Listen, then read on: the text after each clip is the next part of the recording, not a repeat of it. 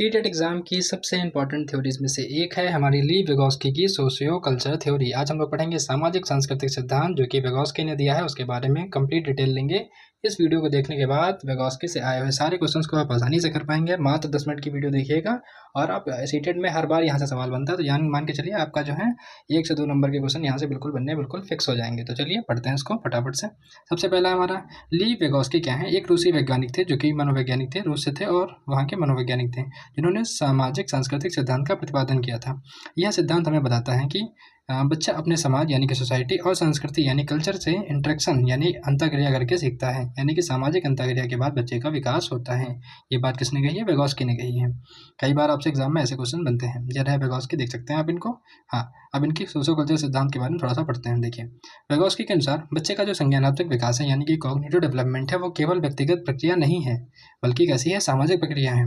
बच्चे का विकास उसके समाज यानी कि सोसाइटी, संस्कृति यानी कि कल्चर, सामाजिक अंतःक्रिया यानी कि सोशल इंटरेक्शन से प्रभावित होता है। किससे? समाज से, सोसाइटी से और उसके कल्चर से प्रभावित होता है। बच्चा जो है अपने आसपास के लोगों के साथ बातचीत, सहयोग, कॉपरेशन और अनुभव यानी एक्सपीरियंस के माध्यम से ज्ञान का निर्माण करता है। Social interaction is the foundation of learning and development, यानी कि जो सोशल इंटरेक्शन है यानी कि सामाजिक अंतःक्रिया है, यही जो है फाउंडेशन होता है किसका? अधिगम का और विकास का। माता पिता हो गए, शिक्षक हो गए, साथी हैं और समाज के जो बच्चे हैं, बच्चों से सीखने से अनुभव मतलब महत्वपूर्ण भूमिका निभाते हैं। ये सभी लोग जो हैं कहीं ना कहीं सोसाइटी का ही हिस्सा है और सोसाइटी के डेवलपमेंट का रोल है। माता पिता हो गए, शिक्षक हो गए, साथी हो गए, इन सभी से इंटरेक्ट करके जो है बच्चा अपने विकास करता है। अगला हमारा है लर्निंग एंड डेवलपमेंट, यानी कि विगोस्की के अनुसार अधिगम विकास से पहले होता है। ये सबसे इंपॉर्टेंट बात है और कई बार एग्जाम में पूछी गई है। विगोस्की के अकॉर्डिंग क्या होता है? अधिगम पहले होगा और विकास बाद में होगा, यानी कि लर्निंग पहले आएगी, उसके बाद में डेवलपमेंट होगा। यही जो है विगोस्की का विचार है। ये कई बार एग्जाम में पूछा गया है। हाँ, जब बच्चा जब किसी नए कार्य को सीखता है तो वही सीखना उसके मानसिक और संज्ञानात्मक विकास को आगे बढ़ाता है। बच्चा कोई नया काम कर रहे हैं, जैसे कि आप यहाँ पढ़ रहे हैं या किसी और चीज़ में कर रहे हैं, तो क्या कर रहे हो? आपका सामाजिक विकास कहीं ना कहीं बढ़ रहा है। हाँ, यह विचार जीन पियाजे के विचार से अलग है। मतलब पियाजे का कहना इस मामले में थोड़ा सा अलग है, काफ़ी अलग है। तो देखिए, इन दोनों से ही सवाल बार बार एग्जाम में पूछे ही जाते हैं। विगोस्की कहते हैं कि पहले लर्निंग आएगी, उसके बाद डेवलपमेंट होगा, ठीक है। और जबकि पियाजे कहते हैं पहले विकास होगा, उसके बाद में अधिगम होगा। तो ये जो है बात इंपॉर्टेंट है, दोनों की कई बार एग्जाम में पूछी गई हैं। अब पढ़ते हैं सामाजिक अंतःक्रिया, यानी कि बच्चे का जो सीखना है दूसरों से इंटरेक्ट करके बहुत प्रभावित होता है। मतलब जब बच्चा समाज में, सोसाइटी में, अपने कल्चर में इंटरेक्ट होता है तो उससे जो है उसका विकास बहुत अधिक प्रभावित होता है। समाज में कौन कौन होते हैं? बच्चा जो है शिक्षक से सीखता है, अपने माता पिता, भाई बहन और साथियों से सीखता है। शुरुआत में ज्ञान सामाजिक स्तर पर प्राप्त होता है। बच्चा जो है सामाजिक स्तर पर चीज़ों को समझता है, लेकिन बाद में क्या होता है? धीरे धीरे वो जो है उसकी व्यक्तिगत क्षमता का हिस्सा बन जाता है। मतलब शुरुआत में जब समाज में कहीं जाते हैं, जैसे किसी से आप मिले, उठना बैठना सीखा, आपने देखा कैसे कर रहे हैं, तो ये कहना है कहीं ना कहीं आपके मानसिक स्तर पर है। उसके बाद जो है आपके ज्ञान में बढ़ा, फिर क्या हो जाता है? ये आपकी व्यक्तिगत क्षमता के रूप में डेवलप हो जाता है। तो यहाँ पर सोशल से कहा जा रहा है इंडिविजुअल, यानी कि सामाजिक से व्यक्तिगत दिशा को समझने में महत्वपूर्ण है। इसीलिए कक्षा में चर्चा यानी कि डिस्कशन बहुत ज़रूरी है। समूह कार्य और सहयोगात्मक गतिविधियाँ उपयोगी होती हैं। यहाँ पर समझते हैं। अगला जो है मोस्ट इंपॉर्टेंट कॉन्सेप्ट है इस थ्योरी का, वो है जेडपीडी, यानी कि जोन ऑफ प्रॉक्सिमल डेवलपमेंट। कई बार तो एग्जाम में यही फुल फॉर्म आ गया है, यानी क्या हो जाएगा हमारा? इसको हिंदी में बोलते हैं समीपस्थ विकास का क्षेत्र या फिर निकटस्थ विकास का क्षेत्र। देखिए, यहाँ पर होता क्या है? एक एक्चुअल डेवलपमेंट होता है, एक पोटेंशियल डेवलपमेंट के बीच का क्षेत्र होता है। इसी को हम लोग बोलते हैं जोन ऑफ प्रॉक्सिमल डेवलपमेंट। अब समझिए ये क्या होता है। मान लीजिए बच्चे के किसी कार्य को करने की क्षमता इतनी है और जो हम उसका, ये हमारा एक्चुअल डेवलपमेंट है और ये हमारा पोटेंशियल डेवलपमेंट है। अब पोटेंशियल और एक्चुअल डेवलपमेंट में क्या अंतर है? मतलब ये बच्चे की वास्तविक क्षमता है। मान लीजिए कि बच्चा 2 डिजिट के एडिशन कर सकता है, मतलब जोड़ घटाना 2 डिजिट तक कर सकता है, 2 अंकों वाले। तो इनको बच्चा ऐड करने की क्षमता है उसकी, यानी ये उसका एक्चुअल डेवलपमेंट हो गया। जबकि अगर हम उससे कहें कि 3 डिजिट वाले हमें उसका सिखाना है, तो ये क्या हो जाएगा? उसका पोटेंशियल डेवलपमेंट हो जाएगा। इसी बीच का जो डिस्टेंस होता है उसी को हम लोग बोलते हैं ZPD, zone of proximal development, विकास का निकट क्षेत्र। उम्मीद है समझ गए होंगे आप। यानी कि 2 डिजिट की नंबर थी और हमें उसे सिखाना है 3 डिजिट वाला, उसका एडिशन। तो ये क्या हो जाएगा? जेडपीडी वाला कॉन्सेप्ट यहाँ पर आ जाएगा, ठीक है। यहाँ पर हम लोग क्या करेंगे? जब बच्चे को तो 3 डिजिट का सिखा रहे होंगे तो उसमें थोड़ी सी उसकी मदद कर देंगे। जब बच्चे का 2 डिजिट आ गया तो 3 डिजिट भी उसको आ ही जाएगा। हम लोग उसको एडिशन सिखाएंगे, थोड़ा सा बताएंगे, उसके बाद बच्चा धीरे धीरे उन बातों को सीख जाएगा और हम अपना जो टेम्परेरी सपोर्ट था वो हटा लेंगे। यानी कि शुरुआत में हम बच्चे की मदद करेंगे, लेकिन सिर्फ मदद वहाँ तक करेंगे जहाँ तक बच्चा सीख जाए। पूरी मदद नहीं करेंगे, टेम्परेरी करेंगे, हल्की फुल्की सहायता देंगे, जिससे भी हमें बच्चे का विकास हो सके। तो यही हमारा है जेडपीडी। उम्मीद है सारी बातें समझ में आई होंगी। हाँ, एक्चुअल डेवलपमेंट क्या होता है? बच्चे को जो बिना किसी की सहायता से अपना कार्य कर सकता है, जो उसकी एक्चुअल क्षमता हो, तो इसी को बोलते हैं हम लोग एक्चुअल डेवलपमेंट। और पोटेंशियल डेवलपमेंट क्या होता है, बच्चा जो कार्य किसी अधिक जानकारी वाले व्यक्ति से, यानी कि मोर नॉलेजेबल देन अदर, ये आगे आएगा अभी थोड़ा सा। जब जब हम लोग बच्चे की मदद कर रहे होते हैं तो हम लोग कैसा काम कर रहे हैं, as a more knowledgeable than other, मतलब जैसे कि मान लीजिए किसी को किसी चीज़ के बारे में जानकारी नहीं है लेकिन दूसरे से वो सहायता ले रहा है, तो वो क्या हो जाएगा, MQ, यानी कि मोर नॉलेजेबल देन अदर, मतलब किसी कार्य के क्षेत्र में अधिक जानकारी रखने वाला इंसान भाई होगा। आपसे ज़्यादा जानना होगा, बच्चे से ज़्यादा जानना होगा, तभी वो जो है उनकी मदद कर पाएगा। उम्मीद है बात समझे होंगे आप। शिक्षक को जो है टास्क देने चाहिए जो कि बच्चे के ZPD के भीतर है, मतलब ऐसा टास्क दीजिए जो ZPD के भीतर हो, ऐसा टास्क मत दीजिए जो बिल्कुल उसकी क्षमता के बाहर हो, उसके आसपास का देना होता है, ठीक है, एक लेवल ऊपर का हल्का सा।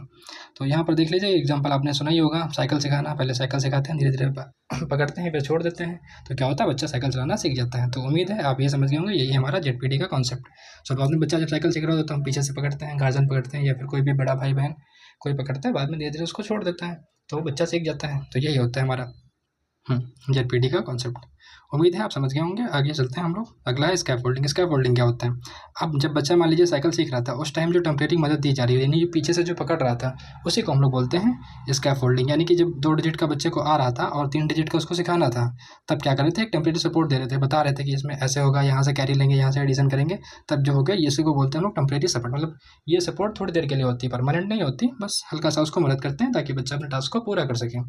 तो स्कैफोल्डिंग का अर्थ होता है बच्चे को सीखने के लिए दी जाने वाली अस्थायी सपोर्ट, इसको टेम्परेरी सपोर्ट बोलते हैं। यहाँ से एग्जाम में क्वेश्चन कई बार बनते हैं।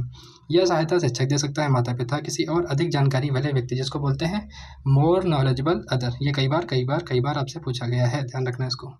सहायता का उद्देश्य बच्चे को टास्क यानी कि स्वयं करके योग्य बनाना है, स्वयं करने के योग्य बनाना है, मतलब हम शुरुआत में उसकी मदद करेंगे, लेकिन हमारा इंटेंशन क्या होगा कि बच्चा खुद सीख पाए, अपने आप वो चीज़ों को कर पाए। जैसे जैसे बच्चा सक्षम होता जाता है, धीरे धीरे सहायता कम कर दी जाती है। अंत में बच्चा जो है टास्क को इंडिपेंडेंटली करने लगता है, मतलब अपने आप से ही उस कार्य को करने लगता है। जैसे कि साइकिल सीख रहा था, धीरे धीरे से हाथ हटाना शुरू किया, बच्चा चलाना सीख गया, अब बिल्कुल से इंडिपेंडेंटली वो अपनी साइकिल चला सकता है।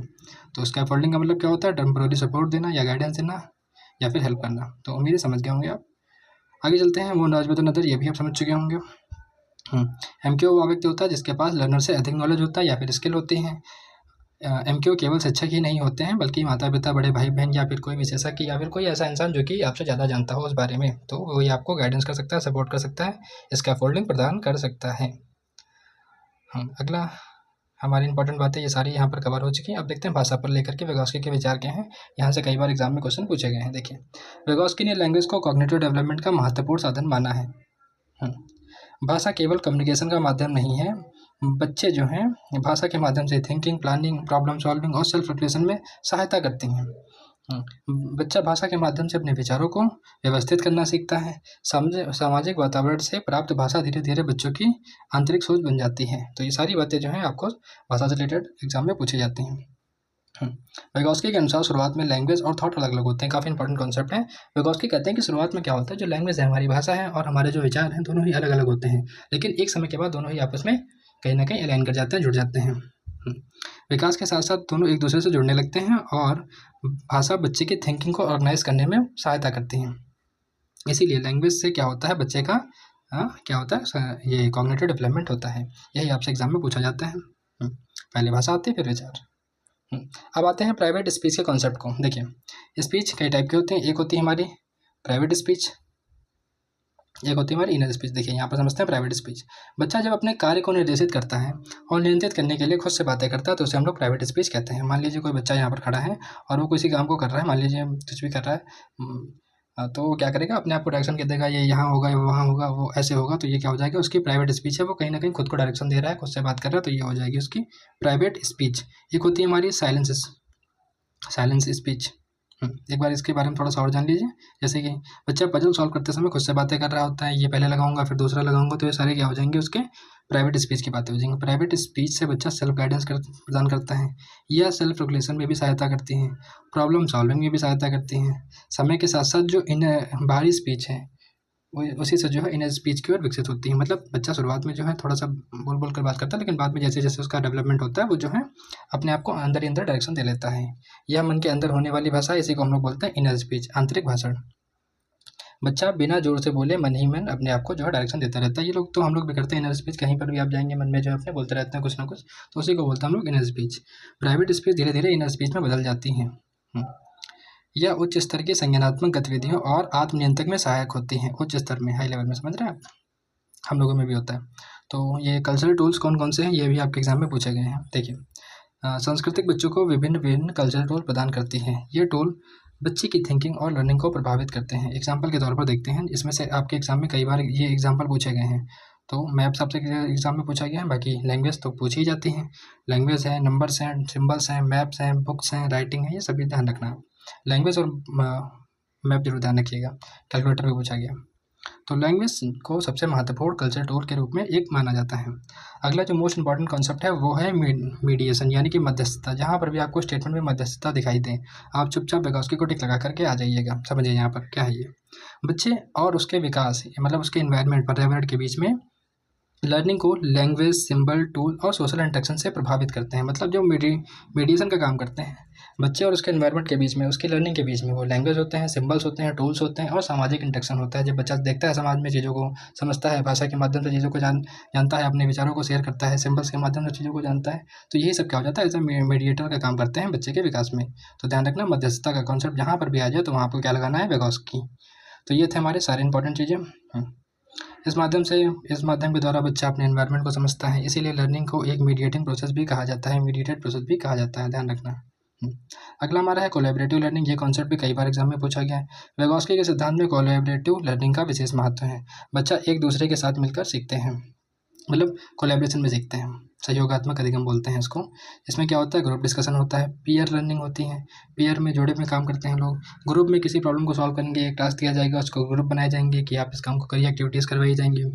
हाँ, अधिक जानकार विद्यार्थी दूसरे की लर्निंग में सहायता करते हैं। मतलब कोई बच्चा जिसका है कि वो अच्छा है, जो जल्दी बातों को समझता है, वो दूसरा कम बच्चा है, थोड़ा सा वीक है, उसकी मदद करेगा। तो ये सब हो जाते हैं हमारे ग्रुप डिस्कशन में, पीयर लर्निंग में, कोऑपरेटिव लर्निंग के अंदर ये सारी बातें आ जाती हैं। अगला हमारा है रेसिप्रोकल टीचिंग, यानी कि पारस्परिक शिक्षण। तो यहाँ क्या होता है, रेसिप्रोकल टीचिंग में जो है टीचर और स्टूडेंट के बीच में दो तरफा इंटरेक्शन होता है। मतलब यहाँ पर सिर्फ क्वेश्चन नहीं पूछे जाएंगे, क्वेश्चन आंसर दोनों पर ही अच्छे से डिस्कशन किया जाएगा। बच्चा भी सवाल पूछेगा, टीचर भी मतलब सवाल पूछेगा, और एक बेहतर डिस्कशन होगा, इंटरेक्शन होगा। इसी को हम लोग बोलते हैं रेसिप्रोकल टीचिंग। यहाँ पर केवल शिक्षक ही इन्फॉर्मेशन नहीं देता है, बल्कि बच्चा भी इंटरेक्ट करता है। विद्यार्थी भी प्रश्न को पूछते हैं, समझते हैं, चर्चा करते हैं और आइडियाज़ को आपस में शेयर करते हैं। इसका आधार इंटरेक्शन, कोलैबोरेटिव लर्निंग है। समझ रहे हैं आप ये। अगला हमारा हो जाएगा रोल ऑफ टीचिंग, टीचर्स का। टीचर का रोल क्या होता है विगोस्की के अनुसार, मतलब शिक्षक केवल इन्फॉर्मेशन देने वाला व्यक्ति नहीं है, शिक्षक एक फैसिलिटेटर है और गाइड की भूमिका निभाता है। शिक्षक बच्चों की वर्तमान क्षमता को समझकर अप्रोप्रिएट सपोर्ट देता है। मतलब बच्चे की आप क्षमता समझिए कि वो बात को समझ पा रहा है या फिर नहीं समझ पा रहा है, जल्दी समझ पा रहा है या देर से समझ पा रहा है, उसके अकॉर्डिंग उस बच्चे को आप समझाएंगे, बताएंगे, ठीक है। तो यही होता है हमारा। अगला है बच्चे की जेडपीटी के अनुसार एक्टिविटीज़ को तैयार करना। मतलब उसकी क्षमता उतनी है तो उससे बहुत बड़ा काम नहीं देना उसको, उससे बस थोड़ा सा एक लेवल ऊपर वाला काम देना है जो वो कर सके, जिसकी संभावना हो निकट वाला। मतलब 2 डिजिट वाला सॉल्व कर पा रहा था तो हम कहेंगे कि 3 डिजिट वाला भी बच्चा कर सकता है, तो ये संभावना में आता है उसके। आप उसको 10 डिजिट का दे दीजिए तो कन्फ्यूज़ हो जाएगा बच्चा। तो हमने क्या करना, धीरे धीरे से लेवल को बढ़ाना है, धीरे धीरे से सहायता कम करना ही बच्चे को इंडिपेंडेंट लर्नर बनाना है। ये इसका टास्क होना चाहिए। मतलब बच्चे को सहायता देकर के डिपेंडेंट नहीं बनाना है, इंडिपेंडेंट बनाना है। मतलब बच्चा अपने आप काम को कर सके। मदद यानी स्कैफोल्डिंग उतनी देनी है जिससे बच्चा जो है उस काम को धीरे धीरे सीख सके, और हमें मदद को हटा लेनी है फिर जब बच्चा अपने आप काम को करने लगे। बाकी इंपॉर्टेंट चीज़ें हैं क्लासरूम में इंटरेक्शन करना, डिस्कशन करना, कोलैबोरेशन को बढ़ावा देना। तो ये सारी बातें जो है आपके एग्जाम की इंपॉर्टेंट हमने यहाँ पर कर ली हैं। विगोस्की और पियाजे का मुख्य अंतर क्या है, यहाँ पर समझ लेते हैं। देखिए, विगोस्की कहना है कि जो सोशल इंटरेक्शन पर अधिक जोर देते हैं, जबकि पियाजे जो है इंडिविजुअल कॉग्निटिव डेवलपमेंट पर अधिक जोर देते हैं, यानी कि व्यक्तिगत संज्ञानात्मक विकास पर जोर देते हैं, और ये सामाजिक इंटरेक्शन पर जोर देते हैं। विगोस्की में कल्चर को महत्वपूर्ण माना है, जबकि पियाजे ने कॉग्निटिव डेवलपमेंट की अलग अलग अवस्थाएँ दी हैं, यानी कि संज्ञानात्मक विकास की अलग अलग अवस्थाएँ दी हैं, कॉग्निटिव डेवलपमेंट की अलग अलग स्टेज दी हैं, 4 स्टेजेस दी हैं। जब हम लोग इसको पढ़ेंगे तब आगे डिस्कस करेंगे पियाजे वाला। तो सबसे इंपॉर्टेंट बात है विगोस्की के अकॉर्डिंग क्या होता है, पहले लर्निंग आती है, उसके बाद में डेवलपमेंट होता है, जबकि पियाजे के अकॉर्डिंग डेवलपमेंट पहले आती है और लर्निंग। बाकी ये सारी चीज़ें हम लोग ऑलरेडी पढ़ चुके हैं। विगोस्की की थ्योरी में जेडपीडी मिलेगा, एमकेओ मिलेगा, स्कैफोल्डिंग मिलेगा, जो कि हम लोग समझ चुके हैं। पियाजे की थ्योरी में स्कीमा है, असिमिलेशन है, अकोमोडेशन है, इक्विलिब्रेशन है। ये चीज़ें हम लोग पियाजे की थ्योरी पढ़ेंगे तो हम लोग यहाँ पर कवर करेंगे। अब बताइएगा वीडियो आपको कैसी लगी है, इस थ्योरी को करने के बाद आप सवालों को कर पा रहे हैं या नहीं कर पा रहे। डेफिनेटली कर पा रहे होंगे तो, क्योंकि सब कुछ तो कवर कर लिया हम लोगों ने इसमें। तो वीडियो पसंद है तो लाइक करिएगा और सब्सक्राइब करिएगा, कमेंट करके जरूर बताएं।